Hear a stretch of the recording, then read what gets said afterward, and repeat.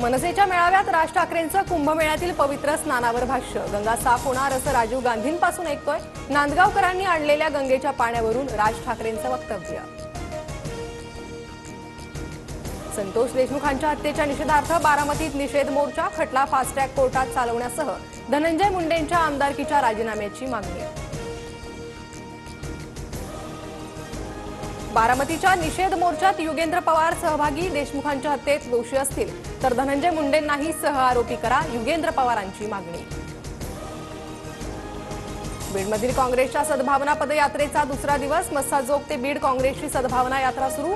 आज बीडमध्ये सद्भावना रॅलीचा समारोप होणार। सतीश भोसलेला अटक न झाल्यानं बीडमधील शिरूर कासार बंदची हाक। सतीश भोसलेवर गुन्हा दाखल, मात्र अद्याप अटक नाही। शिरूर कासार पोलीस ठाण्यावर आक्रोश मोर्चा। संतोष देशमुख हत्येच्या निषेधार्थ परभणीच्या पूर्णा आणि जिंतूरमध्ये कडकडीत बंद, तर सोलापूरच्या सांगोल्यातही बंदची हाक। आरोपींची पाठराखण करणाऱ्यांना सहआरोपी करण्याची मागणी।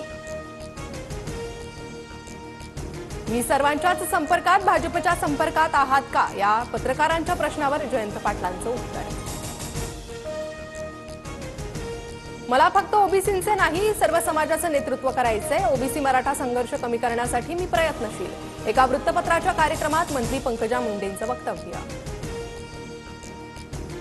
औरंगजेबाची कबर हटवली पाहिजे असं आम्हालाही वाटतं। काँग्रेसच्या काळात पुरातत्व विभागाकडून औरंगजेबाच्या कबरीला संरक्षण। कबर संरक्षित असल्यानं काही गोष्टी कायद्यानं कराव्या लागतात। मुख्यमंत्री फडणवीसांचं वक्तव्य।